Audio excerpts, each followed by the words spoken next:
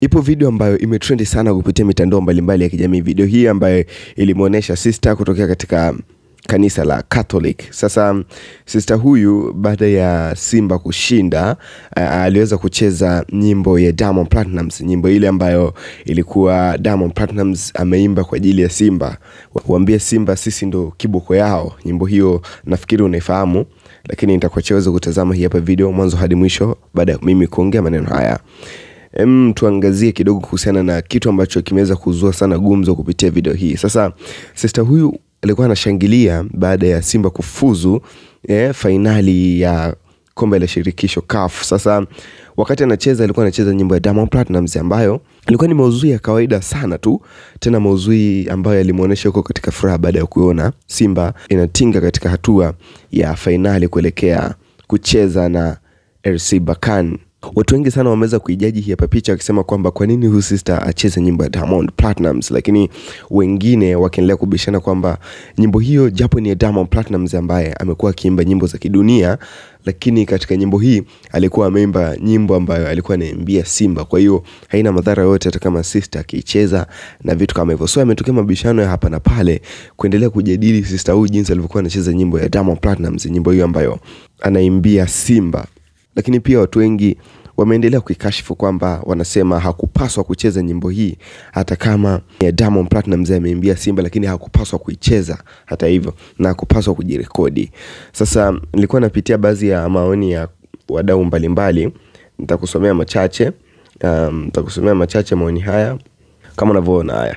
Huyu hapa anaitwa Iron HD anaweza kusema kwamba mpira umebeba hisia sana, alafu akatuma na emoji nyingine za kucheka. Lakini huyu hapa anaitwa Omari akaweza kusema kwamba sister anacheza nyimbo ya Diamond kweli? Hapa hamna sister, hapa tumepigwa. Lakini huyu hapa anaitwa Jaimoshi akaweza kusema kwamba haijalishi hata kama amecheza nyimbo ya Diamond Platnumz, lakini hapo nyimbo hiyo ilikuwa inaelezea mambo ya mpira na sio mambo ya mapenzi ama mambo yanayohusu dunia. Haya bana. Huyu hapa anaitwa John P Igulu akaweza kusema kwamba huyu sister sioni kama amefanya makosa kwa sababu yeye ameonesha hisia zake juu ya mpira, kwa hiyo apaswi kunenewa jambo lolote kuhusiana na hii video.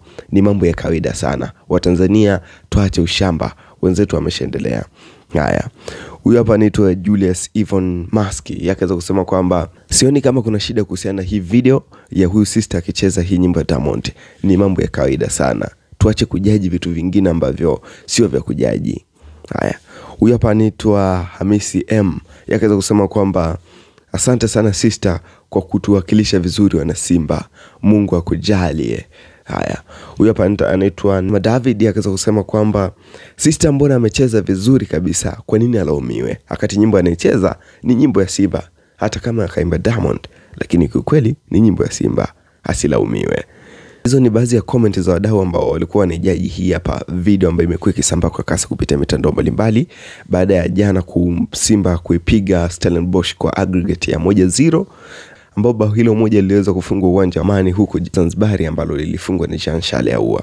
Sasa Simba imefuzu kuelekea finali ya shirikisho CAF. Sasa jana kuna baadhi ya moment ambazo zimeweza kushangaza watu wengi. Pia nitakuachia kutazama video hii ya huyu sister akicheza nyimbo hii ya Diamond Platnumz, lakini pia baada hapo utaweza kuona matukio kadhaa ambayo yaliweza kuwashangaza watu wengi ya wana Simba wakisherehekea ushindi wao kuelekea finali. Hapa ni Blue House Dax Media.